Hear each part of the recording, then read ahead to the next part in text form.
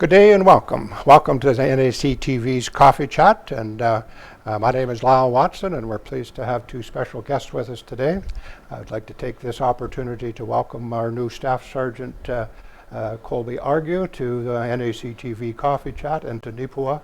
Thank you for taking the time to join us, and we look forward to our coffee chat this morning. Yeah, thank you for having me. Our pleasure. And we also have Morehouse joining us, and he's the former Staff Sergeant for many years. He has worked in this area as Staff Sergeant and RCMP member within the community and the Spruce Plains Detachment for several years, I'll put it that way, Mark.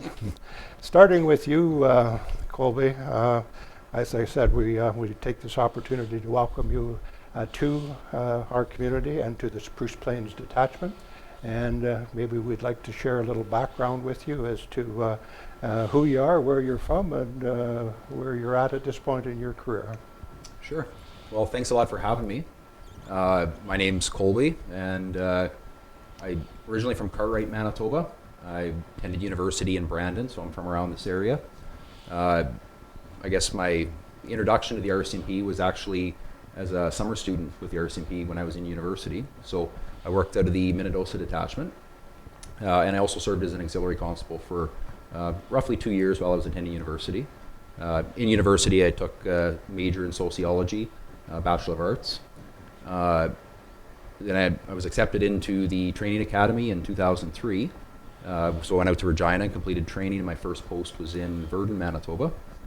So Virden it's similar to Spruce Plains in that it's, we call it Westman Detachment. And similar to Spruce Plains, it's a large geographic area, so we were responsible for policing the Virden, Rest, and Melita areas. Yes. That's where we had the physical detachments. I was there for nearly 5 years, and I transferred up to the PAW. Once I was in the PAW, I served there for 7 years, really in varying capacities. So I started off on a watch, just a general duty watch. Constables responding to calls for the PAW and the settlement of Opaskwayak Cree Nation. Oh, yes. From there, I switched into a plainclothes unit in the general investigation section. Mm-hmm. So serving in there, we largely looked after the drugs and organized crime portfolio. So lots of drug investigations. We handled aspects of undercover, assisting with undercover work. The more serious crimes, crimes against persons, we would largely take on. While still in the PAW, I promoted to the corporal, so I went back into uniform, and corporal's there is basically a shift supervisor. Oh, yeah. So I managed the shift supervisor, and then I also served as the operations NCO sergeant position there for 1 year. From there, I transferred up to Thompson, and I transferred back into the plainclothes section there, the general investigation section. Again, very similar to the PAW, where we largely handled the drugs and organized crime, so lots of drug search warrants and a lot of the serious type investigations. Yes. And then from there, the staff sergeant position come open, and so I promoted into the operations NCO, they call it. So I was in charge of operations for the city of Thompson. So in total, I was in Thompson for 4 years. Yes. Lots of really good experience and a good time in both those places. And as my time was nearing, the end of my 4 years were ending in Thompson, I saw that Nipawa was a potential opening, and I've always liked this area. Like I said, I'm kind of roots in Cartwright and Brandon with attending university there, and also having been in this area as a summer student with the RCMP. So I saw this was open, and I requested it, and was fortunate to get it. Okay. So I transferred down, but initially I was seconded due to a shortage out in Westman. So for the last year and a half, prior to getting here in September, I was filling in as the area commander for the Westman detachment. Oh, okay. So part of that was obviously Sergeant Morehouse has been here and doing a great job, and he was able to continue on filling in, and that's why I was able to go and work in Westman there for the last year and a half. So once they were able to find a replacement for me there, then I came here, and I've been here since for about a month now. Good. Well, we're pleased to see you here, and We're pleased to have you join us today, Mark, and thank you for coming. And You're welcome. your career as staff sergeant here expanded over a number of years. Could you share a bit of your experiences and your life situation as an RCMP member with the detachment here? Yeah, I originally was stationed, my first posting was in Toronto. I was in Toronto for 11 years. Joined the force in 1986, so I'm into my 35th year. Came here in 97 to Carberry, and from there we have my wife and two children, two boys. They're grown and they live in Brandon with families. So she worked at an Ipawa, and she's been here for a little over 20 years in Ipawa. So from that, I moved on to Amaranth as a corporal, and I was there for 3 years, and then went from Amaranth to Puckatawagan to Stonewall, and now back here. I came here in 2012 to Nipawa, but when I was in Carberry, we were amalgamated with Nipawa, and it was Nipawa, Gladstone, and Carberry, so I knew the area and wanted to come back to this area. And like Colby said, he was fortunate enough to, and I was fortunate enough to come back, get a chance to come back. So when they asked, and I said, sure, I'll be there. Good. So this is basically home for us. So you'll be serving on the detachment here? Serving under the detachment here in for the future. Nipawa, yeah. And we had Gladstone, and of course we're connected with Minnedosa, but Gladstone is closed out. The building has been sold, and everybody's working out of, that was in Gladstone, is working out of the Nipawa office. Okay. Back to you, Colby. Is it, you mentioned you were born in Cartwright and you've served your career this far in Manitoba. Is that somewhat unusual, or is that becoming a more usual thing? I think it's becoming more usual, yeah. And so with the RCMP, there are some staffing challenges, and at one point it was really unheard of to go back to your home province. Yeah. And now that's starting to switch focus a little bit. So I wanted to come back to Manitoba, and we recruit people all across Canada, and I think a lot of people they want to go back to their home provinces. So I was fortunate to get back, but I think it's becoming more and more common now where if folks are from Manitoba and they want to come back, Yes. they're able to get back. Yeah. So. And that's a change that I've noticed, because when I joined in '86, you weren't allowed to go back to your home province. I thought I remembered And I'm that. from New Brunswick originally. My wife and I are both from New Brunswick. And of course they ask you to pick where you want to go when you're in depot, and you pick 3 spots and they send you to somewhere different. So Yeah. Things change. Eh? things change. Colby, I'd like to touch on the Spruce Plains detachment in terms of area. What area do you cover and responsible for in this Spruce Plains detachment? Okay, yeah. I'm going to probably have to rely a little bit of help here with Mark, Yeah, because I'm still learning it. We cover 3,000 square kilometers, and so the detachment's formerly with Gladstone, like Mark said, is now closed, but we still cover that area. So Gladstone, Nipawa, and Minnedosa are, I'll say, the major towns or the larger towns. Yes. As far as the borders, I'm going to pass it off to Mark here. Yeah, to we say- go about a mile north of Kelwood. Yes. We go to the north. To the south, we go down number 5 here. We go down to the RM line by Brookdale. Yes. And and Highway 10, we go down to where the gas plant is on the side of the road, to the RM line just past that. We go to Rapid City's ours, we look after that, and we go over to Basswood, just north of Basswood, or Okay. south of Basswood, I should say. So that is a big area. So yeah, so it's a big area, and like Colby says, it's 3,000 square kilometers that we look after. And Murphy's Law is usually wherever you're at, the call comes in, it's always in the other end. So Yeah, always. yeah, So how many outlets, RCMP headquarters or offices would you have in the Spruce Plains detachment? 2 now. We have Minnedosa and Nipawa. And it covers the whole area. Covers that whole area. And how many employees or how many RCMP members would you have within the Spruce Plains detachment, Colby? We have 15 for Spruce Plains, 15 RCMP officers. Yeah. And then as well as support staff. And then also based out of Minnedosa, there's a traffic services unit. So they largely look after the highway, like highway patrols. So their main focus is the traffic enforcement. So they would cover right so from Basswood to Gladstone? They actually cover like an entire western portion, and even up into, they're amalgamated with the Paw. So even Dauphin, Swan River, the Paw, that area. They go to the border to Saskatchewan. Yeah. So they go, basically right down to the U.S. border, Yep. right over to Saskatchewan, based out of Minnedosa area. So Oh. that's their kind of their home base, but they're really on the road lots all over the place. So is there still RCMP officers living in Gladstone, for example, or is that, No. it's all closed and shut down? Yeah, it's all closed. No one's living there. Wow. Yeah. Things change. Speaking of change, and I'm sure both of you gentlemen have seen lots of changes over the years. Maybe Mark, a few more Yeah. out of respect, but and maybe I'll start with Mark on that. Could you share some of the changes in terms of technology, Yeah. community attitudes and stuff over the years you've seen? Yeah, I know when I first came in, there wasn't computers as such. It was all paperwork, handwritten. Now with the computers technology we have and computers in cars, which makes life a lot easier.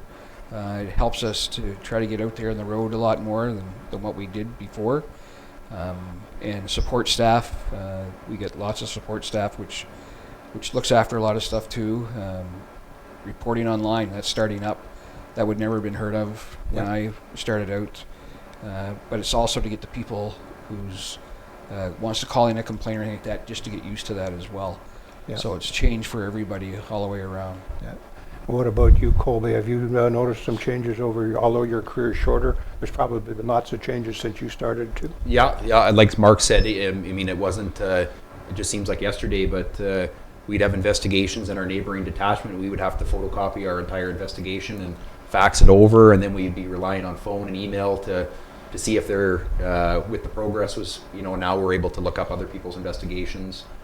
Sharing intelligence is far easier now. Yep. I think linking criminal activity is really increased. Even the last few years, we've seen lots of changes with that. So we have crime analysts in each district, and they can run stats. They can determine, what times offenses are occurring. Where back years ago, that would have taken a lot more manual labor, looking through paper files and putting those pieces together. Now it's done electronically, so a lot easier. You mentioned crime and drugs, and you experience different levels in different communities, I would assume. What is your experience over the years? Is there more crime, more drug usage, more drug charges? Do you have any handle on that at all? Colby? Well, I do think that drug use is increasing, and we see that, I guess, on the enforcement side of things. I've seen an increase in my career, and I think it does impact different communities differently. Mm-hmm. As far as other crime, like we've definitely seen increases with internet-based crime, so like child exploitation, fraud, over the internet. There's people that are they think they're in relationships, and then it turns out to be scams, and they end up sending money. So that stuff never existed, when I started. Social media plays a big role. We see that a lot, like in school-age kids. So. It may be at one point if they were, kids were getting bullied at school, but at 3:30 they went home and that was the end of it until the next day. And now we see where, people are bullying online. They're sending threats, over the internet, over social media. Yep. So we're getting an increased call volume with respect to that. And there's also a lot of, we experience a lot of challenges investigating that because, now we're tasked with tracking down histories. Some cases writing search warrants, determining who's on the other end of the computer that's actually sending it. Yep. And referencing like some of the scams where people send money, a lot of times it's out of the country. So, as far as jurisdiction and tracking down where that money went, that's uses a lot of resources, and it's challenging. Challenging. So. Personally, I'm not tech savvy, so I'm got a blinders on in this regard, but I think those things you're talking about happens only in the big city.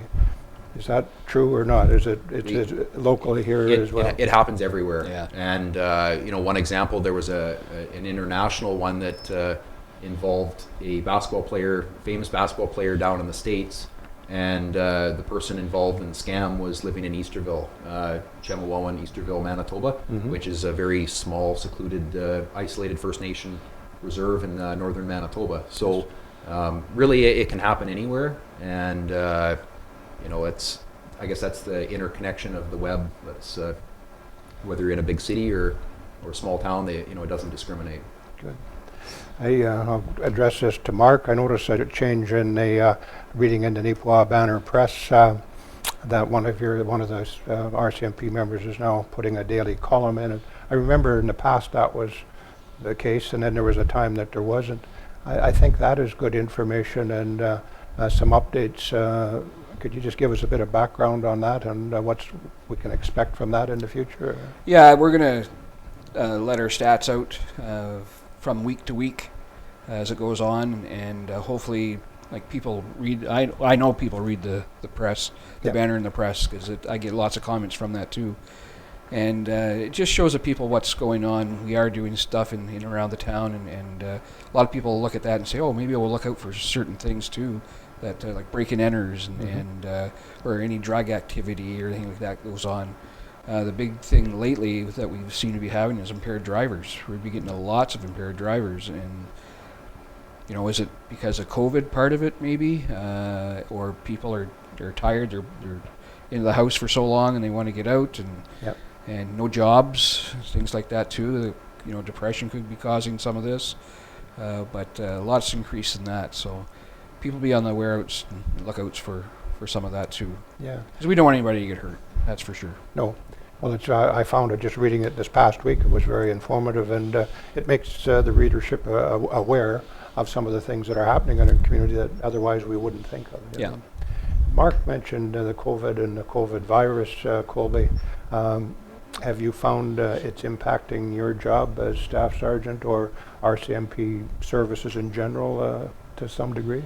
Yeah, I think every single business and every organization, every person really has had some impact, and really the RCMP were no different. There's been a lot of planning for what ifs and hypotheticals. So we're not like another business where if something happens, we can't just close our doors. We have to be able to be available and serve the public. And so we have a lot of contingency plans that we've put in place to make sure that no matter what happens, we'll always have someone here to serve.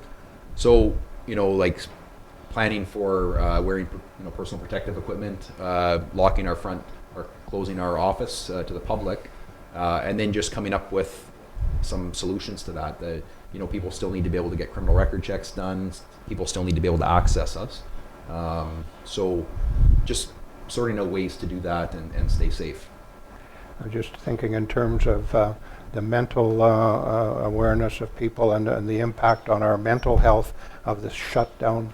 And I think it's good to talk about mental health. Do you notice there any more calls in terms of mental health problems or situations since this has happened? There does, I think there does, at least anecdotally, does seem to be an increase with mental health calls. I haven't actually ran like official stats to say one way or the other whether it has increased. And really, generally with the mental health side of things, like, we only get involved when it's more of an urgent or last resort. It's primarily a healthcare issue, and so ideally, we have folks that are reaching out and getting help and talking about things. But unfortunately, when things escalate sometimes and people have nowhere to turn, we do get involved, and so I think we have seen an increase in that, and really do what we can to help people. One thing I often wonder about being an RCMP officer, when you go to work starting a shift, you never know what to prepare for, or how do you prepare for the beginning of a shift and working supposedly 8 hours, or a lot of days it turns out to 12 probably. How do you prepare mentally for that? For the unforeseen type. That's a good question, and I can think of a lot of times where, I guess it's somewhat routine, but after a while you sometimes wonder, and you put your vest on, like what other job would you go to where you're putting on a bulletproof vest and getting your gun ready for work? Yeah. That is, but I think it's also a little bit of the difference every day, the day-to-day, no 2 days being the same. That's kind of the exciting part of working for the RCMP. Yeah, it would be too. It's not, we're certainly not an assembly line. We're, lots of problem solving, lots of, doing something different every day. So, I can't say that there's a specific routine, but yeah. But throughout a shift or a given shift or a week, there must be a lot of positive things, and I'm thinking about community involvement. What are your thoughts or what are your experiences with community involvement? Well, Colby? you know what, I've worked in a number of communities, and I can say that, you know, working in a community that supports the police, it makes our job a lot easier. So some examples, like I've only been here for a month, but I've had lots of people wave. I've had people come up and talk to me when I'm filling up with gas. I've had folks, you know, say, you know, have a safe shift and be safe out there, and it's nice. It's nice to hear. And you know, sometimes when you watch the media and there's lots of negativity, and you know, that does get down on our members. Mm-hmm. And you know, when you're going to calls and you're not always dealing with people at their best. And so when you do see people and you're able to get involved in activities outside of work in the community, and you know, have good relationships with people, I think it helps a lot. It does, yeah. And I think since COVID, I've had more people come up and thank us for our service. So that means a lot to me, and I know it means a lot to the guys as well. Yeah.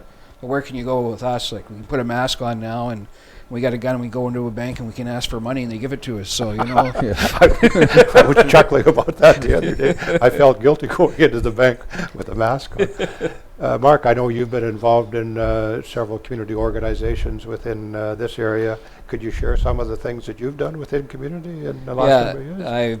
Well, when I first came here to the community, I got involved with the golf club. So I got on the executive there, they asked, and I accepted. And then with the Legion, I'm on the executive of the Legion, plus the Beautiful Plains Community Foundation, the executive there. I'm involved with the Knights of Columbus, volunteer at the Roxy Theatre.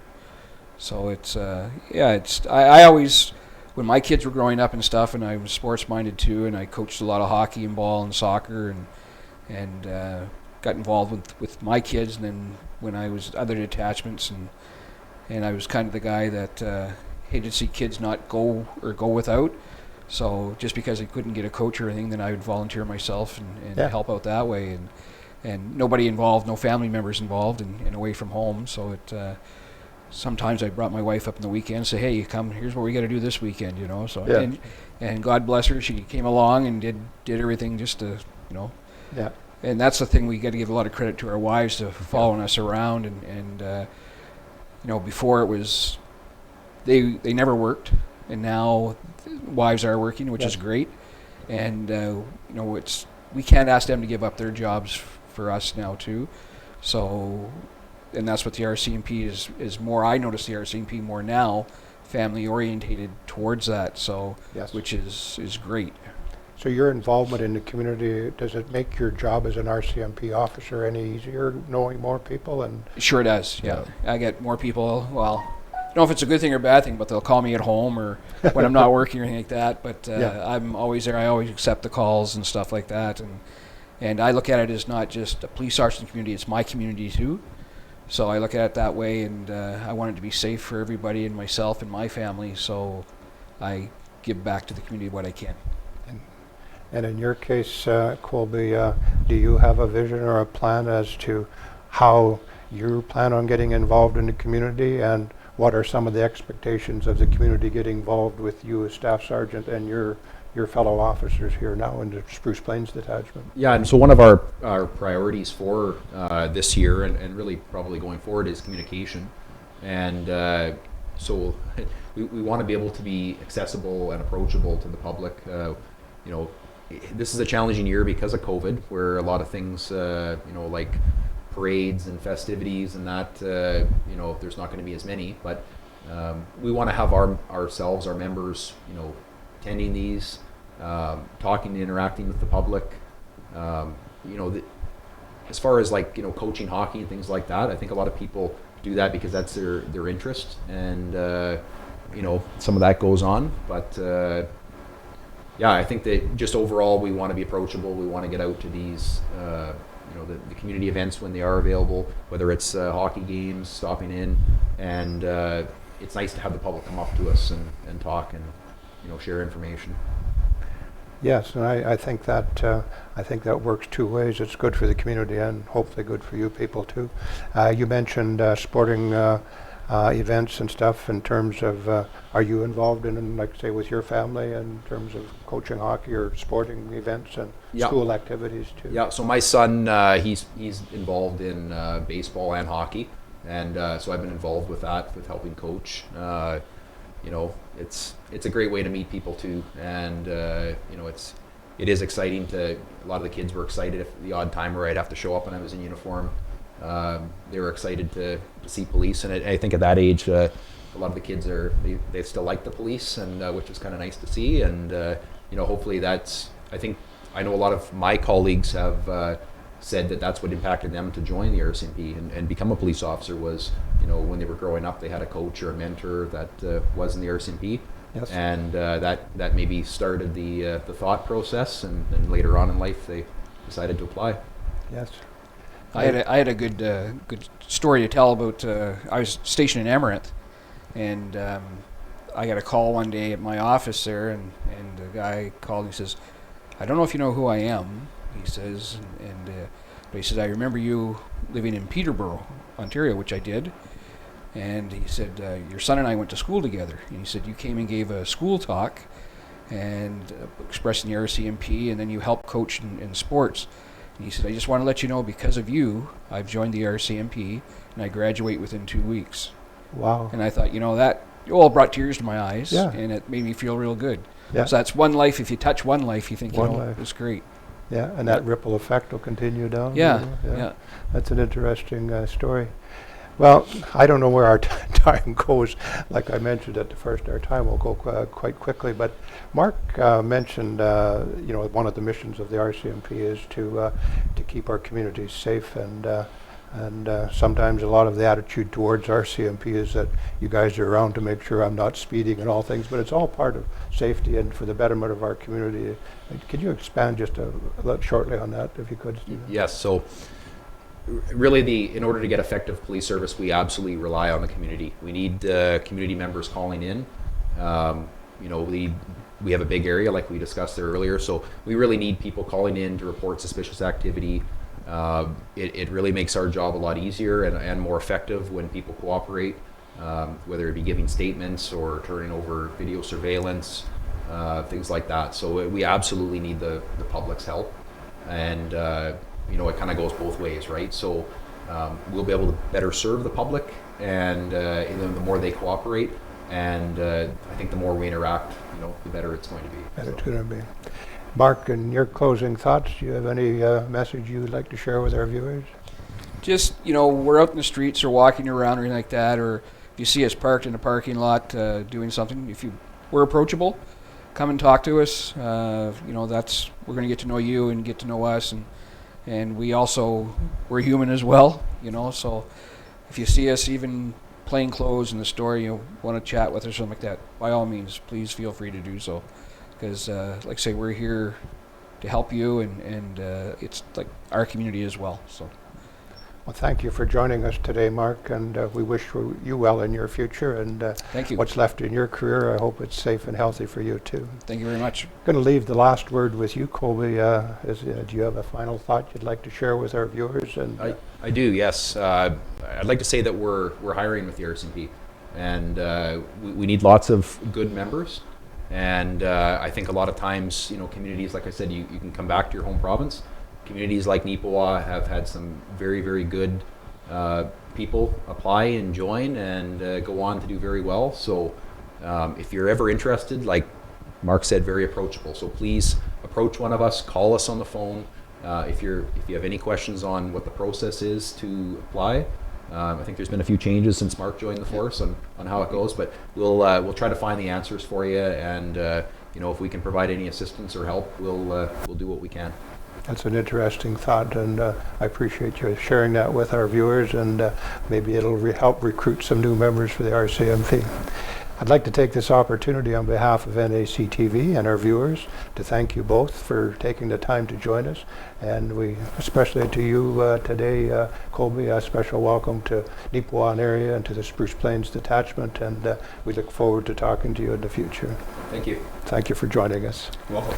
And to our viewers, thank you for joining us today for Coffee Chat. We hope you've enjoyed our time, and we hope you've enjoyed meeting Mark and Colby today. And if you see them on the street, give them a high five and a wave and say hello. They're, like they say, they're very approachable. So, till next time, my name's Lyle Watson. We hope you enjoyed Coffee Chat today, and we will. See you next time. Have a good day.